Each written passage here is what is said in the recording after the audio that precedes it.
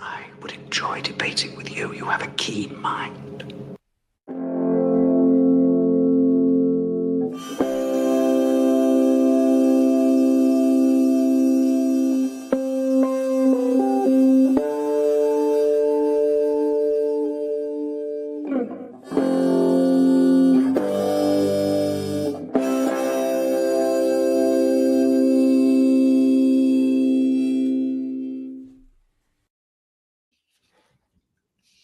I would enjoy debating with you. You have a keen mind.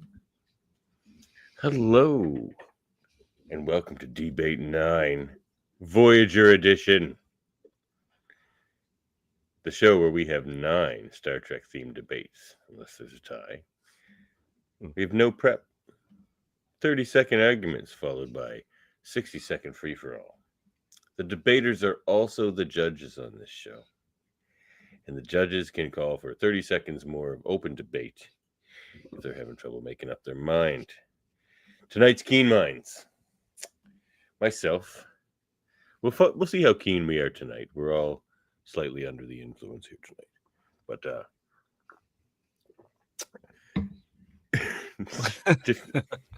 that helps you in this instance. Helps you in the Delta Quadrant. Coffee is a drug, people. Tonight's Keen Minds, myself, Davan Skelhorn, my baby cousin, your baby cousin, everybody's baby cousin, Jeff Mader. Jeffrey Tubes. The Jeffrey Tubes. Yeah. the very Jeffrey they named the Tubes after. That's right. Very true. Very true. And Justin Velociraptor, who maybe has tubes named after him. I don't know which tubes those are. They might be. Maybe somebody must have named some tubes after me somewhere. Maybe Al Gore named some tubes after me when he put the internet together. There could be a few in there with my name on them. Who knows? That would be good. Did you guys hear that Keen Minds blurb from Madrid when we first started? Yes. Was it before or after the intro? Both. Oh, you did? Okay, I didn't think the first one worked, so I played it again. Oh, yeah, I heard it twice. Dang. Oh, well. It was important it be heard, so twice is better than none. So tonight, let's do it. We're going to represent some Voyager. You guys excited to debate some Voyager? Am I ever? I wake up in the morning thinking, I got to debate Chakotay or 7 to 9. You know, who's better? Well, that's a good debate right there. At night, while I'm dreaming about cooking up something delicious with Neelix or Cleola root, solving some math problems with 7 of 9, who's wearing something more reasonable than a catsuit. I wake up and just wish that I was debating Voyager every morning. Well, you get your wish today here, buddy. So should we flip let's roll a dice to see who goes first. Hold on 1 second. I got lots of dice. So I'll take mids. Who wants lows? Who wants highs? Well, I'll take lows since Justin's already high. All right. Highs it is. So Justin, you will be the first judge here tonight. All right. So we'll go to yours first. Did you catch up on the show? You know what you're in for here? I did some skimming. Okay. I have to dig deep into the memory banks for some of these, but we're good. I've only done one of these. All right. Well, you're back. I'm back. I believe you won that one, though, so you're a champion. I'm undefeated. He's a champion. All right. So here we go. Justin, there you go. All right. Be it resolved that Neelix and Kes were a very, shall we say, problematic couple. Davan, you're going to be arguing for this. Jeff, you're going to be arguing against this. Perfect. I wouldn't have had it any other way. Oh, wow. Well, 4 always goes first on this show. So my 30 seconds starts now. Yes, of course, Neelix and Kes were a problematic couple. I didn't like it. You didn't like it. Jeff, you didn't like it, even though you're going to say you did here in a second, maybe. You didn't like it. See, Jeff, I think, is going to argue that it's her species and they're different than us, and she's of age in her particular species, but not in Neelix's. And sometimes alien species don't match up very well. to Neelix, the amount of life experience she has shouldn't make her an appropriate romantic partner for him. Can I go? Yep, 30 seconds. I think we're looking at this all the wrong way. Everything's always looked at, oh, well, Kess is young, but actually she's just like a cat or a dog, really. She lives in Kess years. Really the problematic concept here is that Neelix is kind of like a cat man. So really it's kind of bestiality when you think about it. So it might be wrong the other way from Kess toward Neelix, but that's neither here nor there. Love is love, and I won't have anyone go against love. They love each other. Why do you got to get them in between that? All right, 60 seconds. 60 second free for all. I like that Jeff just buttressed my point. It's wrong from two directions. Neelix being into some weird kind of, I guess, bestiality thing. I guess that makes Kess a beast. But we all know Kess is too young for him. It's the amount of life experiencing. It doesn't matter how physically old she gets. Like, a lot of kids even age faster than other kids. Like, it's not about that. It's about the amount of life experience. And she did come across naive and childlike a lot of the time. Life experience, Smythe experience. Listen, they got together. They found each other. There was attraction there. Nobody stepped in. I never heard Janeway go, hey, this got to stop. That never occurred. The Doctor never said, hey, what's going on here? Tuvok, he never arrested anybody. Love is love. They loved each other. It wasn't problematic at all. You guys are all haters. No, I totally disagree. I think life experience does matter, especially with somebody like Neelix, who has so.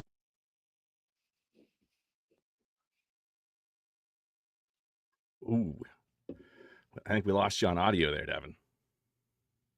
Yeah, it's muted. So that means I win.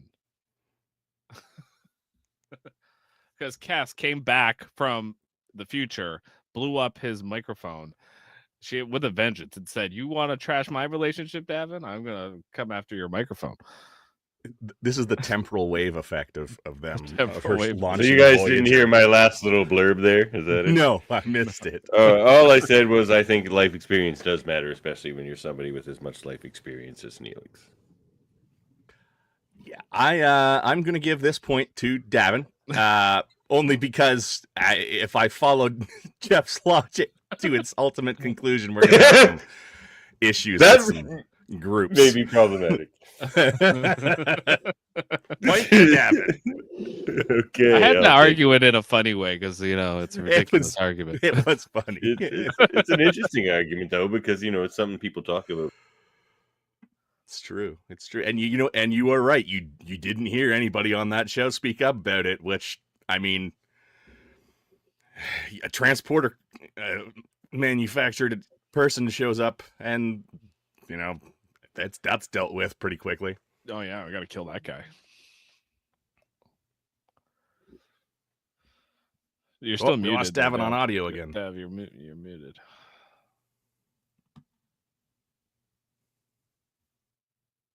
My microphone is so broken. All right, I'm just gonna not get anywhere near it. All right, you hear me again, right? Gotcha now. All right, sup, Jack's Law.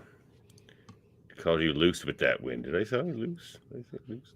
All right. So who's up next? Well, I guess we'll go clockwise. So we'll go Jeff. I judge now. Yeah. Okay. So your first one is here.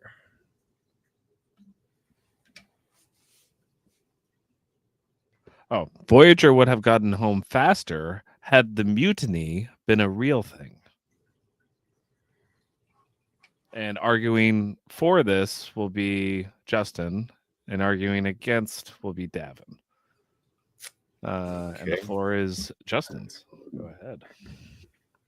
All right, 30 seconds up.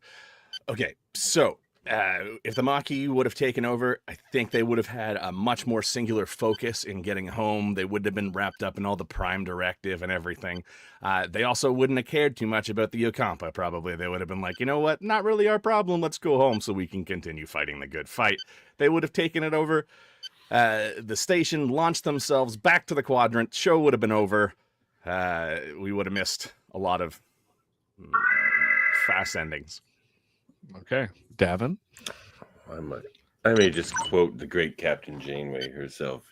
In a part of space where there's very little alliance and there's so much problematic chaos and aggressive, I'm butchering her speech, aggressive species, what we have to hold on to is the ideals of the Federation, and that's what will get us home. And that is what got them home. And Starfleet ingenuity. You remove Starfleet and the skill and the togetherness of Starfleet from all that, the Maquis just would have murdered each other, turned on each other. Okay. Free for all. Go ahead. Okay. I mean, it wasn't Starfleet ingenuity that got them home at all. It was sloppy writing. Starfleet ingenuity. Absolutely sloppy writing.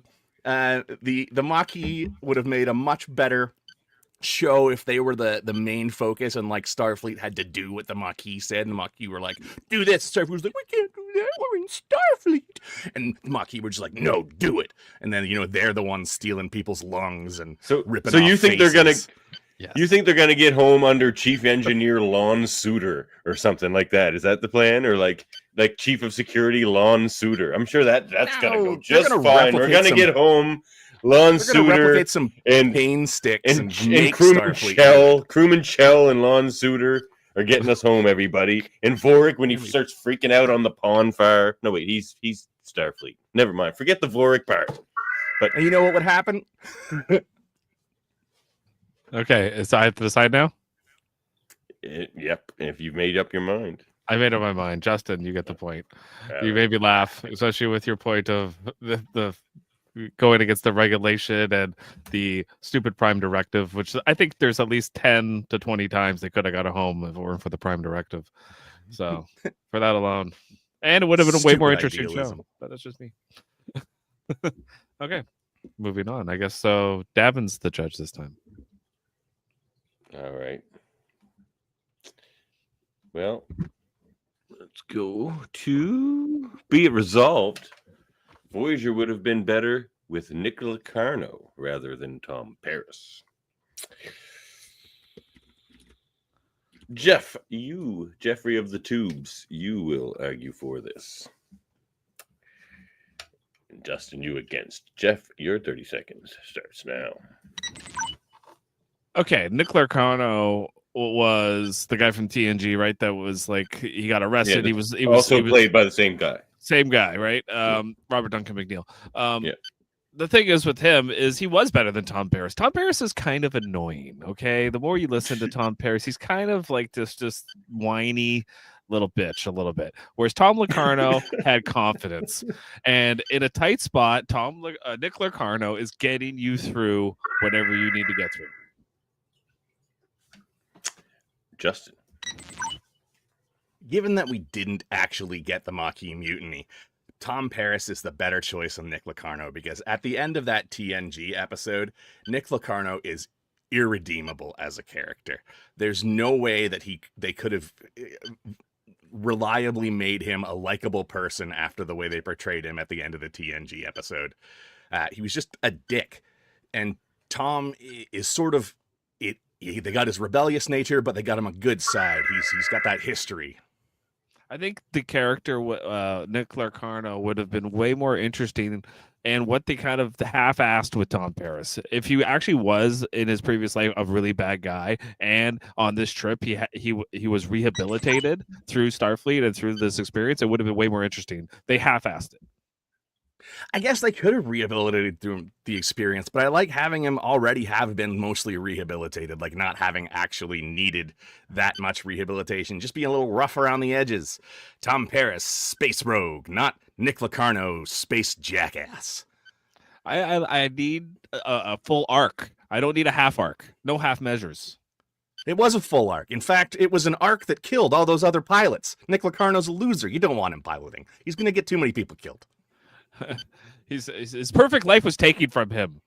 Okay, and then now he's got to get it back on Voyager. It would have been fantastic had they done it right. Shut up, Wesley. I don't know. I think Tom Paris, given that Voyager did the route that they went with, not the Maquis taking over and going to do the Prime Directive, more positive character. I stand by my argument, Davan. Cousin Dave asks, Voyager the show or Voyager the ship?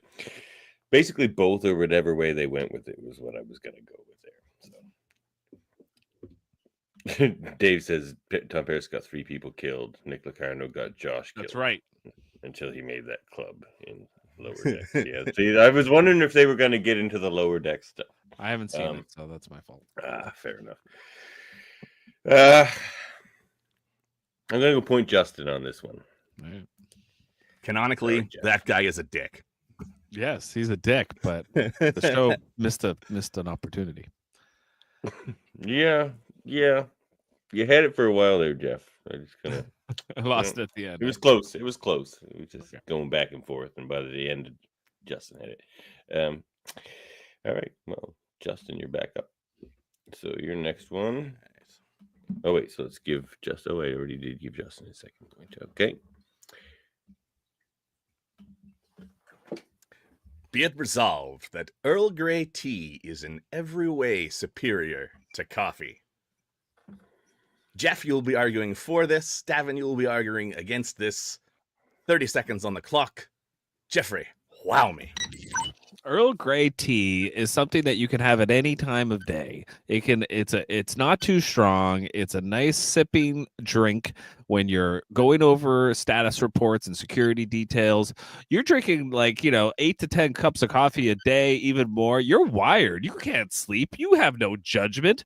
You need something that's going to set you at ease. Earl Grey tea is exactly what you need in a stressful situation because, it keeps you awake, but keeps you level. Davan, 60 seconds. 1 o'clock. 30 seconds, but yes. Yes. Math is bad. Look, I love Earl Grey tea, but look, let's not start comparing things to coffee here because this is just a losing battle. Like, what are the great plants and creations like that of plant and man, humans, that there's been? Coffee, like chocolate, like some may say cocaine. I wouldn't, but like, look, coffee is everywhere for a reason. Like, coffee is almost a meme. It's so popular. Like, it's delicious, and there's so many different. Well, save it for open debate. 60 seconds. Look, So many different flavors of coffee. Whereas Earl Grey just kind of tastes like Earl Grey. You can have different different orange peel, London different fog. tea leaves. That's London not Earl fog. Grey. But it's a delicious blend of Earl Grey tea and latte. But That's not what we're talking about here. Well, it's in every way. And in every well. way, Earl Grey tea is better than coffee. You want a latte? It's nothing compared to a London fog. Cold coffees. How many different lattes, coffees, cappuccinos, espressos? How many different kinds of coffee is there that people love? Like, come on, coffee crisp chocolate bars. There's no Earl Grey chocolate bars. There's no kids out there. You can give me some Earl Grey and chocolate, please. Nobody's addicted to Earl Grey, but people are addicted to coffee. It's a drug. Jean-Luc Picard's not addicted to Earl Grey tea. Is that what you just said? To the thought of Earl Grey tea. No, he's not to the substance. Because it's in his head and in his body. He's physically and mentally addicted to Earl Grey tea. He's supposed to be the most steadfast captain in Starfleet. Judgment. Janeway, she's killing Tuvix and killing the Doctor left and right. She has no problem. It clearly has... Kill the Doctor? What are you talking about? Well, she took away his memories. I'm going to need another 30 seconds of open debate on this one. Look, everything that you see from Picard, Earl Grey tea keeps you level, keeps you calm, keeps you philosophical. Janeway keeps you addicted, sir. She's blowing things up left and right. You can't trust people hopped up on coffee. Boy, Captain Picard blew up Captain Sisko's wife.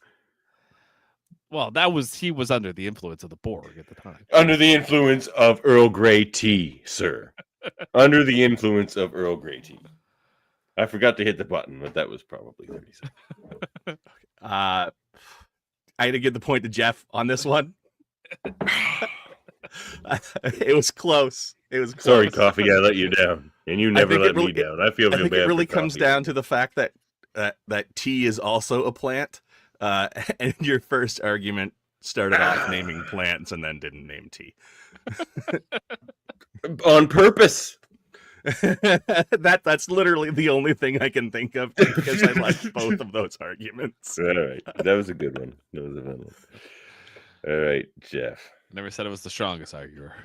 Hey, man. It's a close game we got here. All right, Jeff.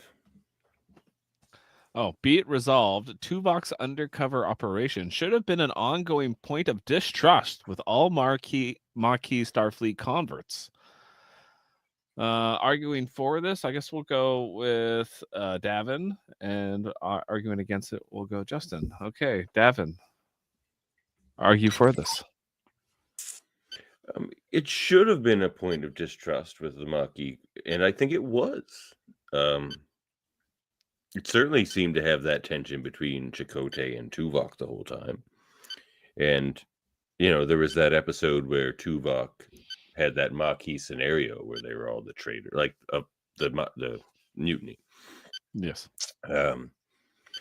So like he was distrustful of them, and they were distrustful of him. Like they in their ranks, they don't take traitors very lightly. Okay, Justin, you're arguing in favor of traitors. Mm-hmm. I don't What a think time it as a should have been- Canadian to be arguing for I traitors, don't- Justin. Good luck. I don't think that it really should have been. I don't think it should have been more of a point because by the end of the first episode of Voyager, we have all the Maquis characters in Starfleet uniforms. So they already nullified all of that tension right there to begin with. If But they had had kept them weird in, pips. but Kira had weird pips, I guess, on DS9. So yeah, they had Field Commission pips. Whoop-de-doo. But they were already in the uniforms by the end of the first episode. It nullified all of that. All of that. The uniforms nullified it. Davan, okay. Do you agree? That's not the question here. It says it should have been an ongoing point of distrust. Like you think it just nullified it? Like it shouldn't have been because they put them in uniforms? No, it should have been because But they would have had to do so many people, other and things people to make wouldn't- it a point. So Like, many how other much- things in the show would have had to change for that to have made sense to be an issue. They did No. away with that making any sense by putting the Maquis in the uniforms in the first episode. After No, that, all that tension that should have been there by the Maquis and the crew got dissolved because everyone's wearing friggin' did, but Starfleet it shouldn't uniforms. have. It should have been an ongoing dynamic because they're people, and they're like people like on the run and criminals who take loyalty very seriously. Like it would have been so much more interesting to keep that dynamic going. Whereas because he didn't have one-on-one time with all these different Maquis characters to make them trust him after that. Like No, and that's true. But they just the way that they wrote the show though, and the way that it was canon was just that they got to do it. It is what it is. Okay. The point's going to Davan on this one because I think he answered the nature of the question better. Because it was like, I know it wasn't. You're right, Justin. It wasn't because they all wore the uniforms and they all joined Team Starfleet. But I think that's why I asked the question was because why wasn't it? Why wasn't it? It should have been. That's the way I looked at it. So a little bit. I wanted someone to Chakotay argue and for me Tuvok. why, other than the show didn't do that. I was like, okay, I know. Well, the show did. I guess I really think that it absolutely should have been, but they would have had to do that. They would have had to actually have that tension in the show for it to make sense. Like, if the question was, should the Maquis characters have been less receptive to joining the Starfleet crew, then That's a different my one. That's a good argument one was for different. another Yeah. time. Right. But Cousin Dave coming no, in with the third would have been option better from with the Masters last of the question. Universe. Yeah, the guy from Masters of the Universe instead of Locarno or Paris. Oh, geez. So now we're going to a third character. Well, exactly. Right. Dave also says Chakotay especially should have been more distrustful. Well, and I think he was the most distrustful, but yeah, more even because it shows he was blind to the spy in his midst. True enough.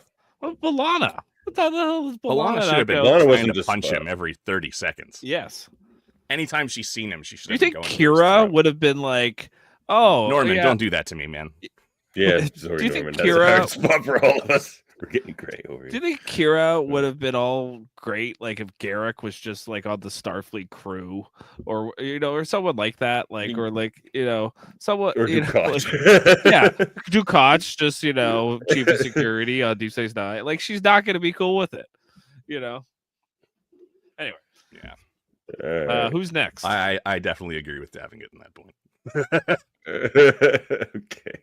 It's me next, I guess, isn't it? Okay. So, be it resolved, Janeway should have set course for the Gamma Quadrant, end of the Bajoran wormhole, rather than Earth, because it's approximately, there's different estimates, but I'm going with this one for this, which is closer by approximately 20 years. Would have cut 20 years off their journey if they head for the Bajoran wormhole. So, for this one is Justin. 30 seconds now. I mean, that's just good math. Shave 20 years off your journey. Go there. Sure, you could argue that at the point when they left, they weren't really sure what the Dominion War was going to turn out to. They might have thought that was too big of a risk. But honestly, how much of a risk were they going to run? Did they think they were going to run to on the whole way home? Was that really going to be more of a risk when it shaves off 20 years? I think 20 years off your journey is worth the added risk of all of the unknown risks you're also going to have. The known unknowns and the unknown knowns and the known unknowns and unknown knowns. There's known knowns, but there's also unknown knowns. The things we don't know. Jeff. I don't think it says black and white. It's like, yeah, it was 20 years shorter journey, but I think the reason why she chose to go the other way was because there was a lot more things that I think that she felt it was all about discovery. It was all about the idea of discovery. And if they go toward the Gamma Quadrant, they already kind of know some things that are there. Yes, they know the wormholes there, but I think Janeway was like Amelia Earhart. She's like, I'm gonna fly right into the sun and see what we find, And somebody feel that's a little bit of a suicide mission, but I think that was either way. It didn't matter which way they went. That was gonna happen. Okay, 60 seconds. Open debate. Fire tasers. To point out that Amelia Earhart likely died alone, marooned on a desert island. No, she had likely regretted her life choices. Fred Noonan with her. No, she died alone because she ate him. So fair enough. I don't think that was a great comparison. I'm just gonna go out and say that 20 years off is worth that. I don't know. It's worth that. Seems to me like 20 years of exploration is going to be a hard sell when you've got to, go all the way home. I think people are going to want to shave off that 20 years, maybe go have a sonic shower on Earth and maybe then go out and do 20 years of exploring from that direction. I disagree, Justin. I think it's smart to do a one-way course right through the Borg space, on a one-way journey home. What do you got to go through? Some Vorta, so what are the Vidians? Some Kazon. What could go wrong?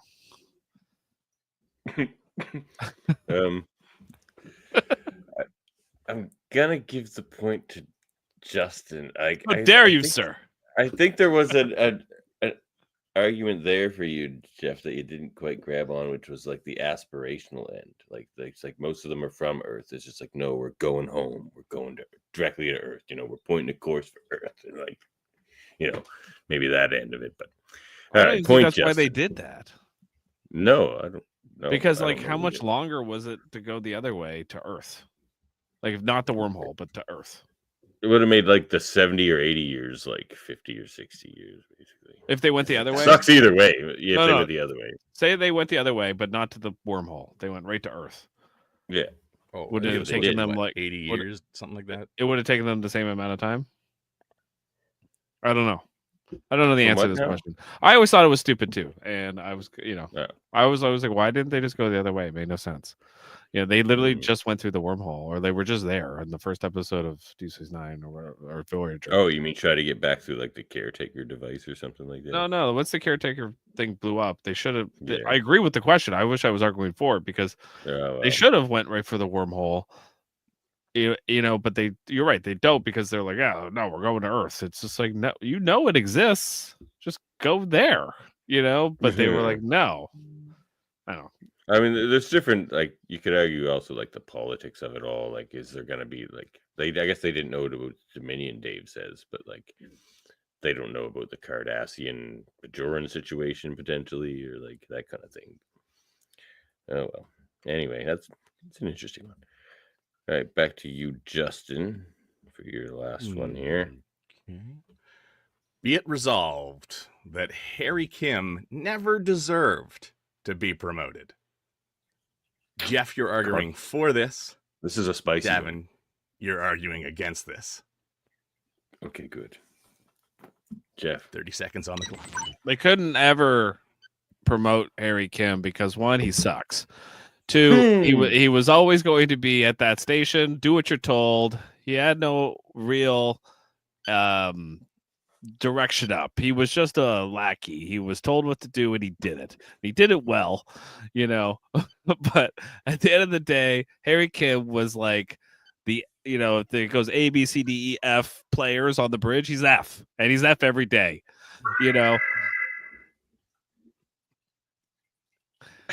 Okay.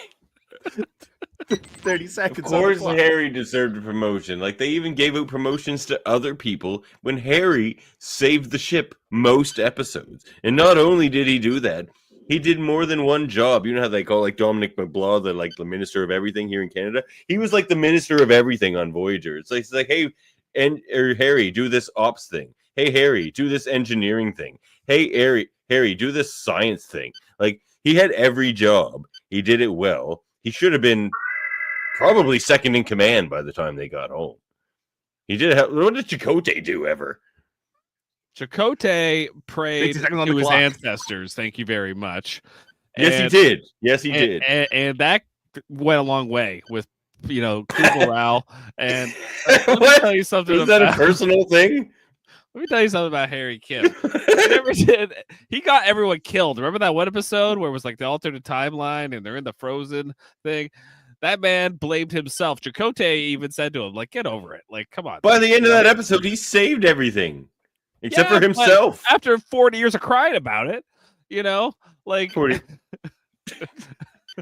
The problem with Harry Kim, this is why he never deserved to be promoted. He was emotionally immature. Guy couldn't hold a girl. Tom Paris screwed with that guy left and right, and he never once punched him in the face. And you know, he never can't hold a girl. He had no backbone, Harry Kim, and that's why he never deserved to be promoted. He didn't show any leadership qualities. Janeway looked at him Remember when he fought off the angry hurt to save his friend in the pipe? In the shoot episode to save his friend. He's not Lieutenant. Like, this is my friend and you will not touch him. He's a brave soldier as well as a genius. I'm going to give that one to Jeff. Only because I honestly do agree that, like, Harry does do a lot of stuff in that show, but, like, it's all within the parameters of the job he's given. He doesn't do a lot of self-initiated leadership quality level stuff. He's an ensign. It's not his job to do that. The biggest reason why he never deserves he needs the promotion. He needs that promotion. Tom Paris screws with that guy left and right, and he never once punches him in the face. And if he just once did that, he's his best friend. How often do you punch your best friend in the face, Jeff? If my best friend is pranking me left, right, and center every episode, I'd probably once go, "Hey, what the fuck?" You know, like. The show is crazy. All right.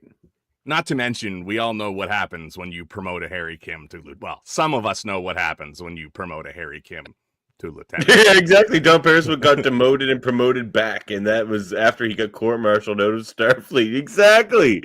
Like, Tom Paris got promoted twice.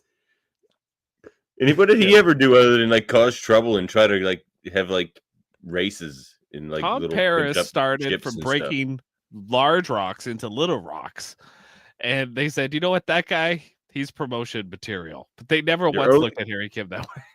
You're only supposed to be an ensign for 3 years, Dave says, and Harry was one for at least 7 years. Like, he's like the most exceptional ensign we've ever seen, and he was also the ensign like more than twice as long. Nog was in it for like a half season, and then they were like, no, you know, I think They were like, how many other ensigns were on board the ship? Oh, like the the only thing only Harry ensign tried to too? do without being told is 7 of 9. Oh, that was a good one,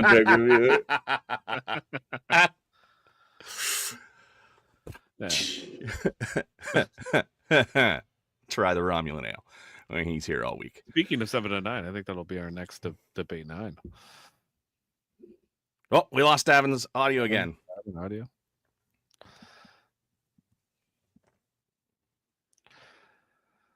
Get for smashing the table. There you go. All right. There we go. There you go. Came back. Ensign Wildman also never got promoted. Yeah, good point. Neelix did, though. He became like ambassador. Yeah, that is prestigious. He Yeah. cooked him a mean soup.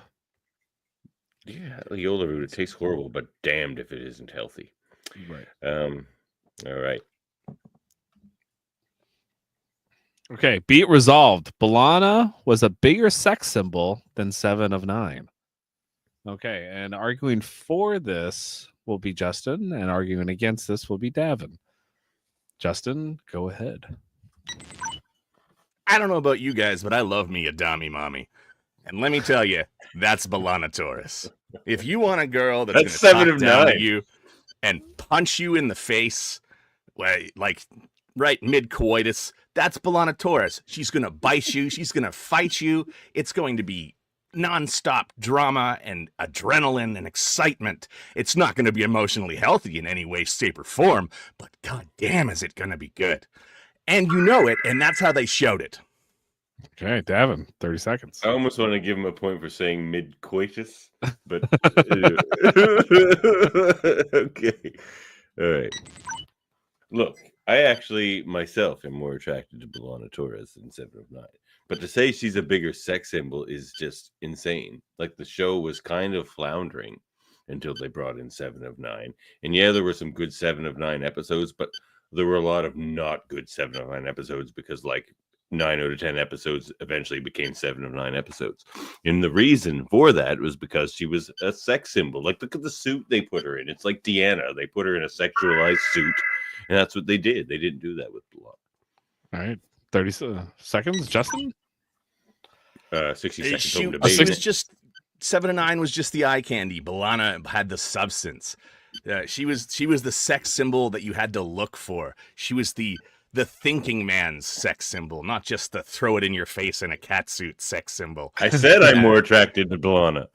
To the pandering to the lowest common denominator. I want my Dami Mommy Klingon punching and biting and Okay, you want to talk about the Dami Mommy stuff? 7 of 9 is like 10 times the Dami Mommy B'Elanna is. She's like, there's no she passion went on there. one date and broke the guy's wrist within like 10 minutes.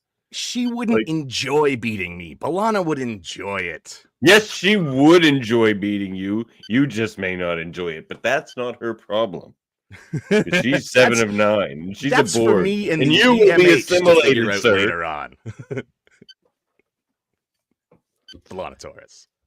No, B'Elanna is just like busy with work and angry all the time, like kind of prudish. This one's tough for me. I think I have to give the point to Davan, and I don't want to. I don't want you to either because B'Elanna's. B'Elanna was fine. Yeah, she was. Especially once they gave her the good hair. Like, it switched around a bit, you know. The good hair. The good hair, yeah. Just like when Janeway got the good hair. Changed. I found out that apparently that was because on camera her hair looked really thin when it was down, and they had to reshoot a bunch of scenes in the first couple episodes. Who was B'Elanna's? No, she wore a wig, B'Elanna. Oh yeah. Most of the whole show. Yeah. Oh well, I don't know about the whole show, but that one that she wears eventually, like the long hair, kind of about this length or whatever. Yeah, that was a wig. To be fair, Troy did break Worf's wrist once. That is true. I think his legacy ever gets Harry Kim to show up all pissed off because 7 of 9 outranks him now. You know, she's a cat. That's right. She's a captain. He'll like still be like a lieutenant. he's like the helm. He's like Tom Paris's role. Dave's with us that B'Elanna was sexier, but you know. She wasn't more of a sex symbol, I don't think. I think To be 7 fair, 9 is Troy broke definitely- Worf's wrist once. Definitely the sex symbol. That's a good observation. All right. So, where are we now? Back to me. This is the last one. All right. So, be it resolved, Starfleet should have gone ahead with Bashir as the EMH Mark II template instead of Andy Dick's character. What question? Who's arguing for this? Arguing for this will be Jeff. Your 30 seconds starts now. Oh, Bashir would have been vastly superior to Andy Dick's character. He would have been dead in the eyes. He would have had no, like what it's like when they did Bashir, when it wasn't actually Bashir, he becomes like not Bashir. But actually, I think that's what you want out of your doctor. You don't want the bedside manner. You just want the facts. Andy Dick's character, that made no sense. Andy Dick as the EMH template made no sense to me. You want to do a line of coke? Sure.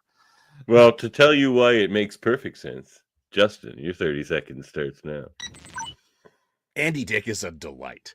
And anybody that knows that you want your EMH to be so coked up when he's diagnosing you that you get as many diagnoses out of the way as possible as you can. And Andy Dick's going to bring that kind of energy. Andy Dick is not afraid to make hard choices. He's not afraid to let people die. He's not afraid to make mistakes that result in shotgun blasts to the face. Look, both these EMHs might try 60 seconds now. Look, both these EMHs might try to have sex with you, but only one of them's going to succeed, and it's not going to be Bashir. And that's a good thing for Bashir on Bashir's side, because Andy Dick, it might get a little, off the rails. So you got to go. And Bashir has a British accent. What's Andy Dick got? Not that. Andy Dick is Andy Dick. I mean, you're going to come out of your anesthesia after he's done whatever the fuck he's done to you, because it's not going to be what you were under for. And he's going to be like half naked, bouncing off the walls. He's going to have he's going to have the Moriarty hologram somehow that he got out of that little cube they stuck him in. They're going to be doing coke off your half naked body. And he's going to be, how do you feel, sir? And you're going to be like, I feel great, Andy Dick EMH. And Andy Dick EMH is going to go, awesome. And then he's probably going to put you under and do some more weird shit. Yeah, he probably will. And I don't think that's what you want. What you want is just a plain, boring Bashir that's super 30 more seconds. That gets the job done. I think what we have here is a fundamental difference of opinions on what we want from our EMH experience. I think what you're looking for is a standard of care and a positive medical outcome. What I'm looking for is waking up to Andy Dick and Moriarty doing lines off my chest and asking me how I feel. That's what I'm in it for. That's why I think Andy Dick is the superior choice, because Julian Bashir is going to be hitting on the nurse the whole time anyway. I can't believe I'm giving this point to Justin, but I am. I fucking hate because it's like the personal choice in him. Like, isn't that what, like, the Hippocratic Oath? Like, it's like the will of the patient that matters the most. So it's just like he wants the lines off his chest from Andy Dick and Moriarty. That's what he'll get. That's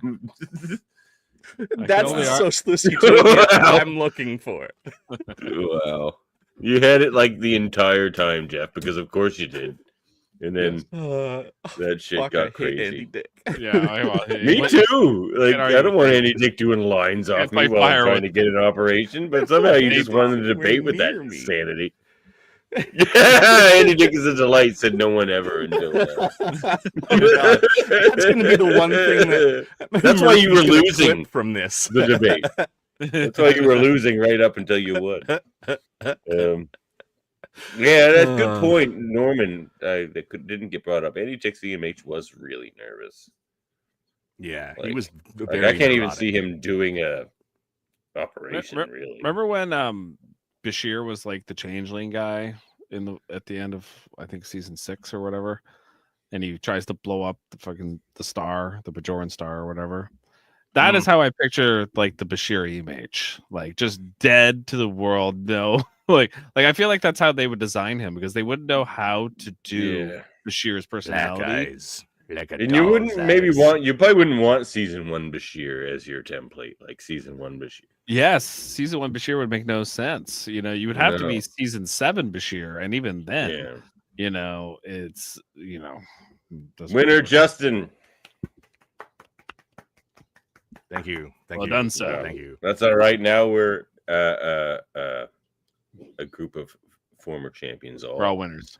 So we're Everyone all won. brethren here. Yeah, exactly. We all won. Except for Andy Dick. Fuck that guy. Yeah, exactly. Like, can't believe that one. Good job on that one, Justin. And it's a good thing you pulled that out, because I forgot to rope somebody in for a 3-way tiebreaker, which we would have had Jeff won that. But lucky you got crazy enough to win. When the going gets weird, the weird turn pro. Oh, we lost you again there, Devin. You hit the table. I hit the table again. All right. Well, good job, Justin. Thank you. Thank you. Yeah. Hope everybody enjoyed these Voyager debates. It is Voyager month here in the Science Division, so next week we'll be doing a Class L probe and talking about maybe some of these debates, or maybe some of the Voyager debates from past Debate 9 episodes. But join us next week for that, and then probably around the end of the month we're going to have a Voyager of Trouble with Trivia from Admiral Ashley, and maybe something else. Maybe scrape up something else Voyager related to. Why not? There's one more week in the month. And yeah. Any parting words for the people?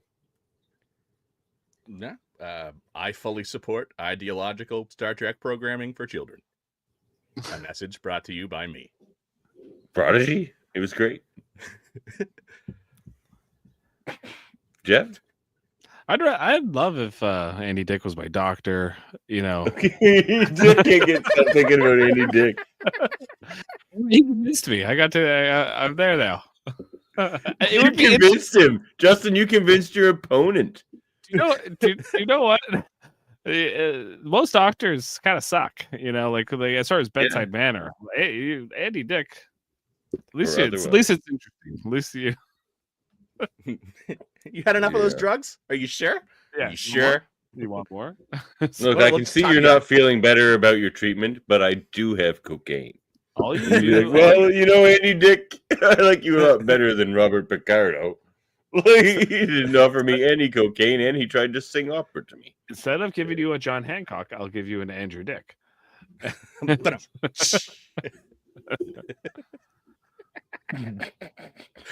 right, well, why don't we get out of here, shall we? Good night, everyone. Punch it.